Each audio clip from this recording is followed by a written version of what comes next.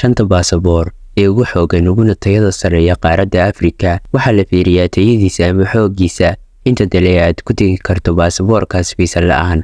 haddaba ma isweydiisay meeqa dal ayaad ku tegi kartaa markaa ka degtana airportka fiisaha lagugu dhufan gudaha kana qaadan kartaa. kaalinta shanaad waxaa ku jirta Lesotho oo ah dal yar oo ku dhex yaal koonfurta Afrika. baasaboorkan qofka sita 46 dal fiisa la'aan ayuu geli karaa halka 31 dal markuu airportka ka dego lagugu dhufan fiisaha dalkaas. kaalinta afraad baasaboorka ugu xooggan Afrika waa kan Botswana.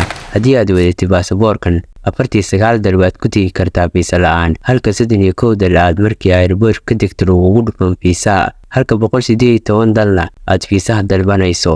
kaalinta saddexaad waxaa soo gala baasaboorka koonfur Afrika oo ah kan ugu xoogga badan qaaradda Afrika.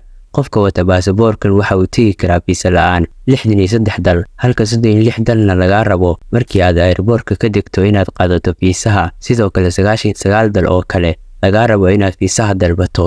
kaalinta labaad waxaa soo gelaya baasaboorka ugu awood badan qaaradda Afrika waa kan jasiiradda Mauritius ee u dhow agagaarka Madagascar.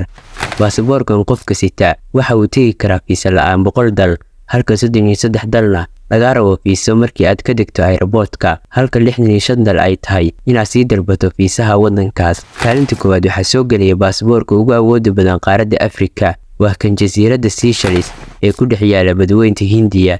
baasaboorkan qofka sita waxa uu tegi karaa 103 dal halka 34 dal laga rabo inaad fiisaha kaga dhufsato airportka gudihiisa. sidoo kale 61 dalna laga rabo inaad sii dalbato fiisaha waddankaas. haddaba intaas ayuu ka egyahay mawduuceena.